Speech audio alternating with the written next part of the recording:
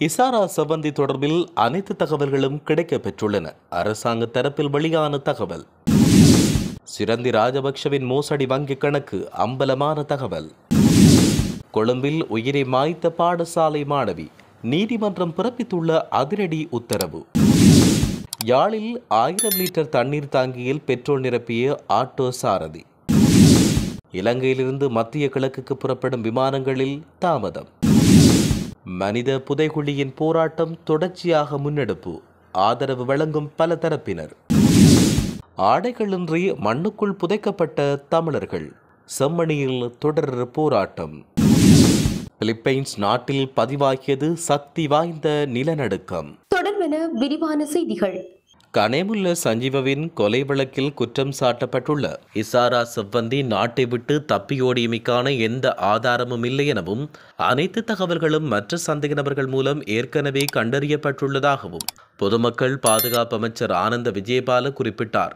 நேற்றைய தினம் நேர்காணல் ஒன்றில் கலந்து கொண்ட போதே அவர் இதனை தெரிவித்தார். குற்றப்புலனாய்வு திணைக்களம் இந்த கொலை தொடர்பில் முறையான மற்றும் விரிவான விசாரணைகளை மேற்கொண்டு வருவதாகவும் அவர் குறிப்பிட்டார். எங்களுக்கு கிடைத்த தகவல்களின் பிரகாரம் இசாரா செவ்வந்தி நாட்டை விட்டு தப்பியோடியமைக்கான எந்த ஆதாரமும் இதுவரை கிடைக்கவில்லை. இந்த வழக்கு தொடர்பாக முழுமையாக பார்க்கின்ற போது இந்த சந்தேக நபரிடமிருந்து அனைத்து தகவல்களும் மற்ற சந்தேக நபர்கள் மூலம் ஏற்கனவே கண்டறியப்பட்டுள்ளன எனவும் அவர் குறிப்பிட்டுள்ளார். இலங்கையின் முன்னாள் ஜனாதிபதி மஹிந்த ராஜபக்ஷவின் மனைவி சிரந்தி ராஜபக்ஷவால் பராமரிக்கப்பட்டதாக கூறப்படும் மோசடி வங்கிக் கணக்கு குறித்து மீண்டும் விசாரணைகள் நடைபெற்று வருவதாக பொது பாதுகாப்பு மற்றும் பாராளுமன்ற விவகார துணை அமைச்சரும் சட்டத்தரணியுமான சுனில் வட்டக்கல தெரிவித்தார். அண்மையில் பாராளுமன்ற விவாதத்தில் கலந்து கொண்டு உரையாற்றும் போதே இந்த நிதி மோசடி தொடர்பில் தகவல்களை குறிப்பிட்டுள்ளார். சிறிலிய சவி என்ற தலைப்பில் அவரின் பெயரில் ஒரு போலி கணக்கு திறக்கப்பட்டதாகவும் சிறிலிய அமைப்பின் வங்கிக் கணக்குகள் தொடர்பான ஆணைப்படிவம் மோசடியாக வங்கியிலிருந்து நீக்கப்பட்டதாக அவர் கூறினார்.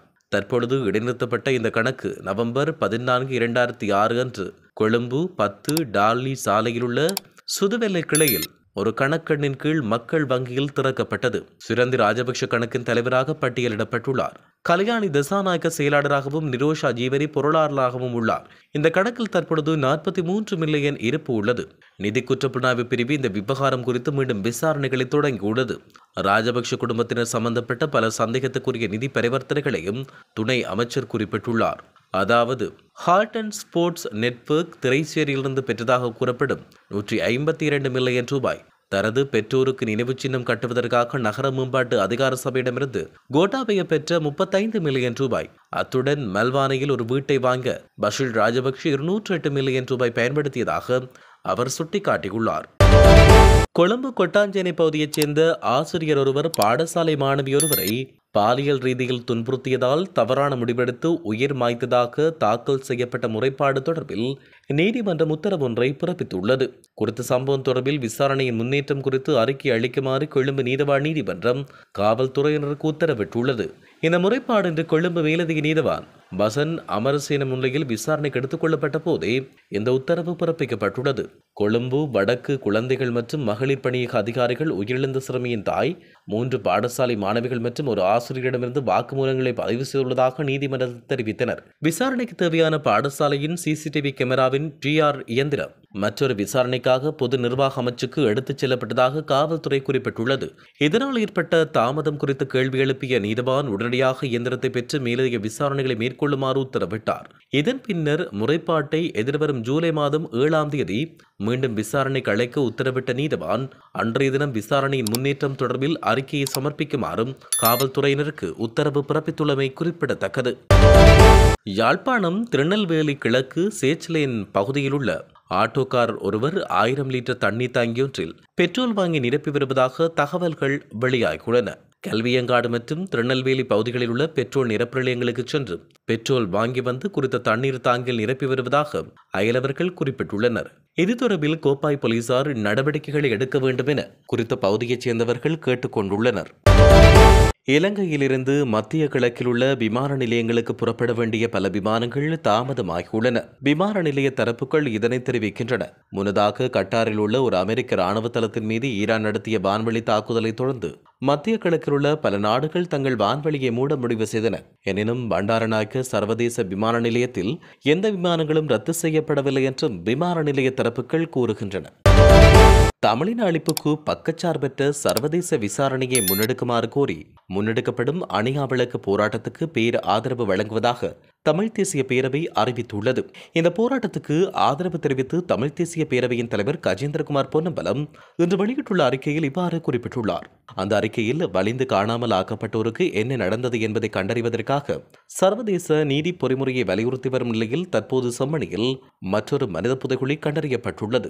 யுத்தத்தின் போதும் அதற்கு பின்னரும் ஸ்ரீலங்கா ஆயுதப்படைகளாலும் துணை ராணுவ குழுக்களாலும் கைது செய்யப்பட்டு மற்றும் அவர்களிடம் கையளிக்கப்பட்ட பின்னர் அல்லது அவர்களிடம் சரணடைந்த பின்னர் வலிந்து காணாமல் ஆக்கப்பட்டோரின் பெயர் பட்டியலை வெளியிடுமாறும் மற்றும் இலங்கை அரச படைகளால் நடத்தப்படும் ரகசிய முகாம்களில் தடுத்து வைக்கப்பட்டுள்ளோரின் பெயர் பட்டியல்களை வெளியிடுமாறும் வலிந்து காணாமல் ஆக்கப்பட்டோரின் உறவுகளின் அமைப்புகளால் தொடர்ச்சியாக வலியுறுத்தப்பட்டு வந்த போதிலும் இந்த கோரிக்கைகள் ஏற்றுக்கொள்ளப்படவில்லை. காணாமல் போனோரின் அலுவலக உருவாக்கம் சர்வதேச சமூகத்தை ஏமாற்றுவதற்கான ஸ்ரீலங்கா அரசின் கண் துடைப்பு நடவடிக்கை என்பதை அந்த அமைப்பின் செயற்பாடுகள் நிரூபித்துள்ளன. மேலும் இந்த அலுவலகமானது உண்மை, நீதி மற்றும் பொறுப்புக்கூறலுக்கான வலிந்து காணாமலாக்கப்பட்டோரின் உறவுகளின் நடைமுறை தேடலை தாமதப்படுத்துகிறது.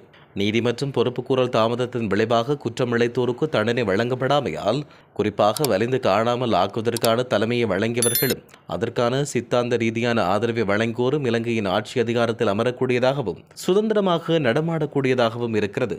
ஸ்ரீலங்காவின் நீதித்துறையும் காவல்துறையும் இனவாதமும் மதவாதமும் நிறைந்ததாகவும் அரசியல் மேம்படுத்தப்பட்டதாகவும் நம்பகத்தன்மை இழந்தும் காணப்படுகிறது. அதேவேளை இந்த குற்றங்களோடு தொடர்புடைய ஸ்ரீலங்காவின் ஆயுதப்படை தளபதிகள் மற்றும் உளவு பிரிவின் அதிகாரிகளுக்கு பதவி உயர்வுகளும் வெகுமதிகளும் வழங்கப்பட்டுள்ளன. அனைத்து நபர்களையும் பாதுகாப்பதற்கான சர்வதேச மாநாட்டில் குறிப்பிடப்பட்ட தெரிந்து கொள்ளும் உரிமை, நீதிக்கான உரிமை, இழப்பீடு பெறுவதற்கான உரிமை, குற்றங்கள் மீண்டும் நிகழாமல் இருப்பதற்கான உத்தரவாதம் போன்றவை தமிழர்களுக்கு வெற்று வார்த்தைகளாகவே காணப்படுகின்றன. உண்மை, நீதி மற்றும் பொறுப்புக்குரல் தொடர்பில் நீண்டகால தேடலுடனான போராட்டம் மிகவும் வேதனைக்குரியதாகும். தமக்கு இழைக்கப்பட்ட அநீதிக்காக நீதி கோடி போராடும் பாதிக்கப்பட்ட தமிழ் மக்கள் ஸ்ரீலங்காவின் உளவுத்துறையால் கண்காணிக்கப்பட்டு இராணுவத்தினராலும் அவர்களுக்கு துணை போகும் காவல்துறையாலும் மிரட்டல் மற்றும் துன்புறுத்தல்களை எதிர்கொண்டு வருகிறார்கள். வலிந்து காணாமலாக்கப்பட்ட தமது உறவுகளை தேடி நீதி கோரிய போராட்டத்தோடு இணைந்திருந்த சுமார் 80க்கும் அதிகமானவர்கள் தங்கள் உறவுகளின் உண்மை நிலையை அறியாமல் மரணமடைந்துள்ளனர். போர் முடிந்து 16 வருடங்களாகியும் ஸ்ரீலங்காவில் வலிந்து காணாமல் ஆக்கப்பட்டமையால் பாதிக்கப்பட்டோர் தொடர்பில் பொறுப்புக்கூறல் இல்லாமை மற்றும் தண்டனையின்மையால் பாதிக்கப்பட்ட வலிந்து காணாமல் ஆக்கப்பட்ட உறவுகளுக்கு இன்னும் நீதி நிலைநாட்டப்படவில்லை. குறிப்பாக நாளை காலை மக்கள் செயல் அமைப்பின் ஏற்பாட்டில் நடைபெறவுள்ள பேரணிக்கும் பேராதரவு வழங்கி கலந்து கொள்ளுமாறு அழைப்பு விடுக்கிறோம் என அவர் குறிப்பிட்டார். செம்மணி மனித புதைகுழிக்கு சர்வதேச நீதி கோரி முன்னெடுக்கப்பட்டு வரும் அணையா விளக்கு போராட்டம் 2வது நாளாக இன்றும் தொடர்கிறது. மக்கள் செயலமைப்பின் ஏற்பாட்டில் நேற்று ஆரம்பிக்கப்பட்ட குறித்த அமைதி பேரணி நாளை வரை தொடர்ச்சியாக 3 நாட்கள் முன்னெடுக்கப்பட உள்ளதாக தெரிவிக்கப்படுகிறது.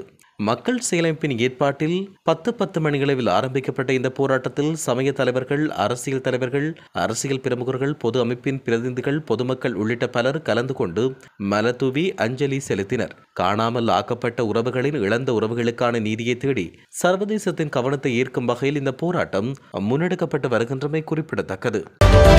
பிலிப்பைன்ஸ் கடற்கரையில் 6.3 டிக்டர் அளவிலான நிலநடுக்கம் ஒன்று பதிவாகியுள்ளதாக சர்வதேச ஊடகங்கள் செய்தி வெளியிட்டுள்ளன. அந்த பகுதியில் லேசான அதிர்வுகள் உணரப்பட்டதாக அறிக்கைகள் தெரிவித்தாலும் பாரிய அளவிலான சேதங்கள் எதுவும் ஏற்படவில்லை என நிலநடுக்கவியல் நிபுணர்கள் தெரிவித்தனர். இதேவேளை இந்த நிலநடுக்கமானது உள்ளூர் நேரப்படி இன்று காலை 9:59 மணிக்கு ஏற்பட்டுள்ளதாக அமெரிக்க புவியியல் ஆய்வு மையம் தெரிவித்துள்ளது.